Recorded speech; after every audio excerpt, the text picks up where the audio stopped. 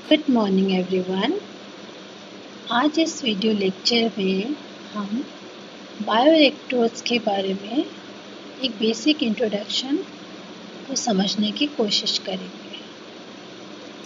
इससे पहले कि हम बायोइलेक्ट्रोड के बारे में एक स्टडी करें, हम एक क्विक रिवीजन कर लेते हैं कि अभी तक हमने पढ़ा क्या है। हम जानते हैं कि डिवाइस जो लिविंग बॉडी से सिग्नल्स को पिक करता है उसको बायोइलेक्ट्रोड कहते हैं। जो लिविंग बॉडी हमारे सिग्नल जनरेट करती है उसको जो डिवाइस उसको पिक करता है उसको हम बायोइलेक्ट्रोड बोलते हैं। और बायोइलेक्ट्रोड एक ट्रांसड्यूसर है क्योंकि ये आयनिक पोटेंशियल को इलेक्ट्रॉनिक पोटेंशियल में कन्वर्ट करता है। और ये इलेक्ट्रोड्स जो है बायोइलेक्ट्रोड्स हैं वो कुछ इम्पॉर्टेंट सिग्नल्स जैसे ECG, EEG और EMG एक्सेट्रा को पिक करने में काम आता है, इसको मेज़र करने में काम आता है। इन सिग्नल्स के बारे में हम डिटेल में स्टडी बाद में करेंगे। अभी हम बायोइलेक्ट्रोड के बारे में जानने की कोशिश करेंगे। हम जानते हैं कि हमारी जो बॉडी है वो नंबर ऑफ सेल्स की बनी है। और अगर हम एक ह्यूमन सेल की बात करें तो इसका जो डायमीटर होता है वो 1 माइक्रोन से 100 माइक्रोन के बीच में लाई करता है। मतलब ह्यूमन सेल इतना छोटी होती है कि उसका जो डायमीटर है वो 1 माइक्रोन भी हो सकता है, 100 माइक्रोन भी हो सकता है और इसके बीच में भी हो सकता है। डिपेंड करता है वो ह्यूमन सेल है किस ऑर्गन की। और जो ह्यूमन सेल की लेंथ है वो 1 मिलीमीटर से 1000 मीटर के बीच में होती है। और ह्यूमन सेल की जो एवरेज थिकनेस है वो 0.01 माइक्रोन होती है। तो हम ये इजीली समझ सकते हैं कि हमारी जो बॉडी है वो नंबर ऑफ ह्यूमन सेल्स की बनी है और वैरायटी ऑफ ह्यूमन सेल्स की है। वो बहुत छोटी भी हो सकती है, थोड़ी बड़ी भी हो सकती है। क्योंकि इन ह्यूमन सेल्स की साइजेज अलग अलग हैं, लेंथ अलग अलग है, डायमीटर अलग अलग है, तो हम ये इजीली समझ सकते हैं कि अगर हमें बायोपोटेंशियल मेज़र करना है बायोइलेक्ट्रोड्स की हेल्प से, तो जो बायोइलेक्ट्रोड्स हैं वो भी डिफरेंट शेप्स और साइजेस के होंगे। डिपेंड करेगा कि हम उसको यूज़ कहाँ पर कर रहे हैं, राइट। अगर तो बायोइलेक्ट्रोड बॉडी के सरफेस पे यूज़ किया जाता है सिग्नल्स को पिक करने के लिए तो उसको सरफेस इलेक्ट्रोड बोलते हैं। और अगर हम इलेक्ट्रोड को ह्यूमन बॉडी के सरफेस पे लगाते हैं तो ये किसी भी तरह का बॉडी को हार्म या डैमेज नहीं पहुंचाते हैं। और यदि बायोइलेक्ट्रोड को हम सेल या टिश्यू से डायरेक्ट जो है वो सिग्नल्स पिक करने के लिए यूज़ करते हैं तो ये इलेक्ट्रोड डीप सीटेड इलेक्ट्रोड कहलाते हैं। और क्योंकि इस कंडीशन में इलेक्ट्रोड को सेल या टिश्यू में पेनिट्रेट किया जाता है तो ये इलेक्ट्रोड जो है वो सेल या टिश्यू को डैमेज भी कर सकते हैं। क्योंकि बायोइलेक्ट्रोड्स को ह्यूमन बॉडी के या तो सरफेस पर या विद इन द बॉडी के सेल या टिश्यूज़ तक उसको बेसिकली पेनिट्रेट करके हम बायोइलेक्ट्रोड से जो सिग्नल्स बायोपोटेंशियल सिग्नल्स मेज़र करते हैं तो ये बहुत ज़रूरी है कि जो बायोइलेक्ट्रोड है क्योंकि ह्यूमन बॉडी के लिए यूज़ आ रहा है तो उसके अंदर कुछ प्रॉपर्टीज़ होनी चाहिए। वो प्रॉपर्टीज़ क्या होनी चाहिए हम इसके बारे में डिस्कस करेंगे। एक तो बायोइलेक्ट्रोड जो है वो गुड कंडक्टर्स होने चाहिए कि जो पोटेंशियल है वो उसमें ईजीली जो है वो मूव कर सके और करंट इजीली उसमें फ्लो कर सके। और इसका इम्पीडेंस जो है वो लो होना चाहिए क्योंकि हम जानते हैं कि हमारी बॉडी जो सिग्नल्स पिक करती है, सिग्नल्स जनरेट करती है, इनफैक्ट वो बहुत लो वोल्टेजेस की और लो फ्रिक्वेंसीज के होते हैं। तो उनको पिक करने के लिए इनका इम्पीडेंस बहुत लो होना चाहिए। इजी टू क्लीन, इनको हम आसानी से साफ़ कर सकें ऐसे होने चाहिए। और जब इनके बीच में से करंट फ्लो हो तो ये पोलराइज नहीं होने चाहिए। बॉडी के साथ ये अच्छा कॉन्टैक्ट एस्टेब्लिश करने चाहिए। किसी भी तरह का मोशन जो है वो रिलेटिव मोशन नहीं होना चाहिए। इससे आर्टिफैक्ट जो हैं वो रिड्यूस होते हैं या कोई आर्टिफैक्ट्स नहीं होता है। इनफैक्ट आर्टिफैक्ट्स जो है वो जो रिलेटिव मोशन होता है इलेक्ट्रोड का बॉडी के साथ उसके कारण होता है। तो अगर हमें आर्टिफैक्ट्स को रिड्यूस करना है तो इसमें कोई मोशन नहीं होना चाहिए।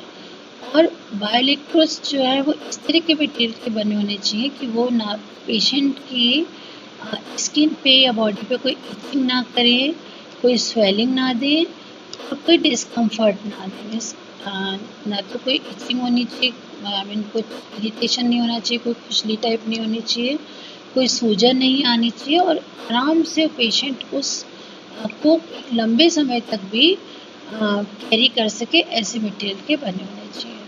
बायोइलेक्ट्रोड मटेरियल वो इस प्रकार होना चाहिए कि ये पेशेंट के लिए टॉक्सिक नहीं होने चाहिए, मीन्स पॉइजनस नहीं होने चाहिए। अगर हम कभी इंसर्ट भी करें, पेनिट्रेट भी करें तो किसी भी तरह का हार्म इनकी टॉक्सिक नेचर के कारण नहीं होना चाहिए और ये मैकेनिकली रगड़ होने चाहिए, राइट।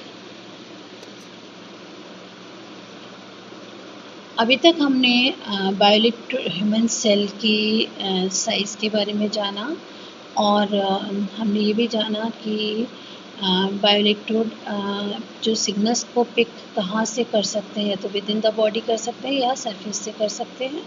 और हमने ये भी जाना क्योंकि बायोइलेक्ट्रोड ह्यूमन बॉडी के लिए यूज़ होते हैं तो इनकी बेसिकली जो प्रॉपर्टीज़ क्या क्या होनी चाहिए ताकि ह्यूमन बॉडी को किसी भी तरह का हार्म ना पहुँचाए। स्लाइड में जो ये फिगर ब्लॉक डायग्राम बताया गया है इसके माध्यम से हम बायोइलेक्ट्रोड का थ्योरेटिकल कंसेप्ट को समझने की कोशिश करते हैं। इसमें बोथ साइड एरो दिखाया गया, एक है टुवर्ड्स लेफ्ट टू राइट और दूसरा है टुवर्ड्स राइट टू लेफ्ट। तो जो लेफ्ट टू राइट एरोज दिखाए गए हैं वो बता रहे हैं मेजरमेंट पर्पस से जब हम बायोइलेक्ट्रोड को यूज़ करते हैं तो जो है वो वर्किंग जो है वो हम कैसे एक्सप्लेन करेंगे, फ्रॉम लेफ़्ट टू राइट करेंगे। और सेम वही चीज़ अगर हम ट्रीटमेंट के पर्पज़ से यूज़ करना है तो फिर फ्रॉम जो वर्किंग रहेगी फ्रॉम क्या होगी, राइट टू लेफ़्ट होगी। इसको हम इजीली समझ सकते हैं। पहला ब्लॉक डायग्राम बता रहा है टिश्यू या सेल, जो ह्यूमन बॉडी का टिश्यू या सेल है उसके नेक्स्ट ब्लॉक डायग्राम है इलेक्ट्रोलाइट जो है इंटरफेस। तीसरा ब्लॉक डायग्राम है इलेक्ट्रोलाइट पेस्ट या जेली। देन है metal electrode electrolyte interface and then है मशीन फॉर मेजरमेंट और फॉर ट्रीटमेंट, राइट। तो 5 ब्लॉक डायग्राम इनफैक्ट कैसे काम करते हैं कि जब भी हमें बायोइलेक्ट्रोड मेजरमेंट पर्पस के लिए यूज़ लेना है हम टिश्यू या सेल, जो स्किन के अंदर जो टिश्यू या सेल है उसके ऊपर स्किन होती है और स्किन पे हम इलेक्ट्रोलाइट पेस्ट या जेली अप्लाई करते हैं, राइट।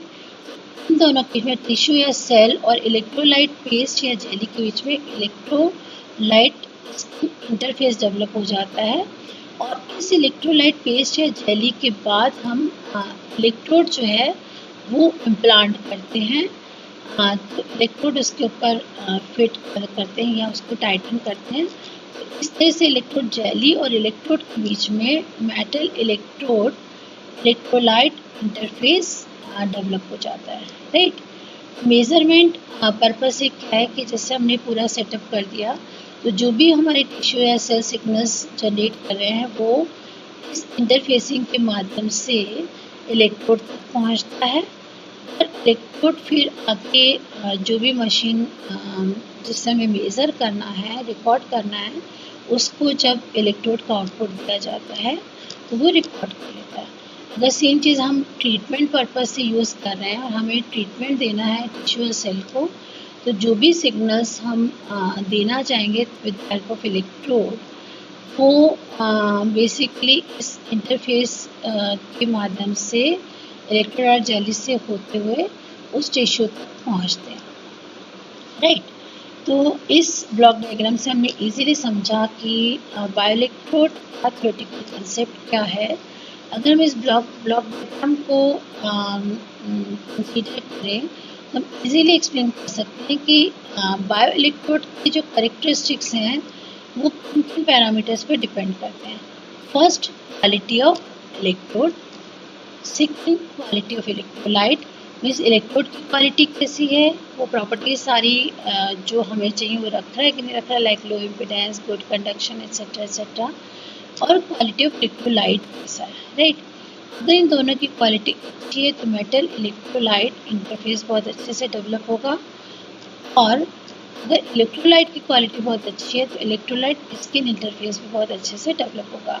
तो ये 4 पैरामीटर्स हैं जो किसी भी बायोइलेक्ट्रोड्स की करेक्टरिस्टिक्स को डिसाइड करते हैं कि इन 4 पैरामीटर्स पे बायोइलेक्ट्रोड्स की करेक्टरिस्टिक्स जो है वो निर्भर करते हैं, quality of electrodes, quality of electrolyte, metal electrolyte interface and electrolyte skin interface, right.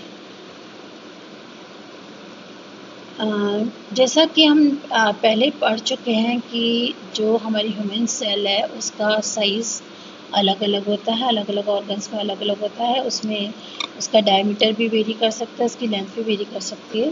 तो डिपेंड्स, और ये भी है कि हम जो बायोइलेक्ट्रोड को है वो हम कहाँ यूज़ कर रहे हैं, विद इन सेल या टिश्यू यूज़ कर रहे हैं या फिर स्किन के ऊपर यूज़ कर रहे हैं, सरफेस के ऊपर यूज़ कर रहे हैं, उसके अकॉर्डिंग हम जो बायोइलेक्ट्रोड्स अवेलेबल हैं उनको हम क्लासीफाई कर सकते हैं कि कितने टाइप के बायोइलेक्ट्रोड्स अवेलेबल हैं। तो टोटल बायोइलेक्ट्रोड्स को हम दो जो हैं वो पार्ट में क्लासीफाई कर सकते हैं, तो मैक्रो इलेक्ट्रोड्स और दूसरा माइक्रो इलेक्ट्रोड्स। मैक्रो इलेक्ट्रोड्स जो है वो बॉडी के सरफेस पर बायोपोटेंशियल सिग्नल्स को मेजर करने के काम आते हैं, जबकि माइक्रो इलेक्ट्रोड्स जो हैं वो विद इन द सेल और टिश्यू से जब हमें कोई सिग्नल्स पिकअप करने होते हैं तो उसके काम आते हैं, राइट। तो जो मैक्रो इलेक्ट्रोड्स हैं उसको फर्दर हम क्लासीफाई कर सकते हैं, surface electrode, limb electrode, suction cup electrode and floating electrode, ये इसके 4 क्लासिफिकेशन है। इसी तरह माइक्रो इलेक्ट्रोड को अगेन हम क्लासीफाई कर सकते हैं, तो ये इनकी क्लासिफिकेशन है metal micro electrode, micro pipette electrode and needle electrode. इसके बारे में हम डिटेल में नेक्स्ट लेक्चर में पढ़ेंगे कि जो टाइप्स ऑफ इलेक्ट्रोड्स हैं उनके बारे में हम पूरा स्टडी डिटेल में करेंगे। होप आपको इस चैप्टर में जो भी पढ़ाया गया है, यूट्यूब वीडियो में जो भी बताया गया वो समझ में आ गया होगा। अगर आपको कोई भी डाउट, कोई भी क्वेरी हो तो आप बेहिचक मुझसे व्हाट्सएप ग्रुप के माध्यम से पूछ सकते हैं। कोई भी क्वेरी हो आप उसको ज़रूर अपना प्रश्न रखें ताकि मैं उसका जवाब दूँ और आपके कंसेप्ट क्लियर हो सके। प्लीज़ मैं दोबारा आपको यही कहूँगी कि पढ़िए, समझ के पढ़िए, रटना नहीं है, रेगुलर पढ़ना है और असाइनमेंट टाइम से सबमिट करना है। Okay, all the best, thank you.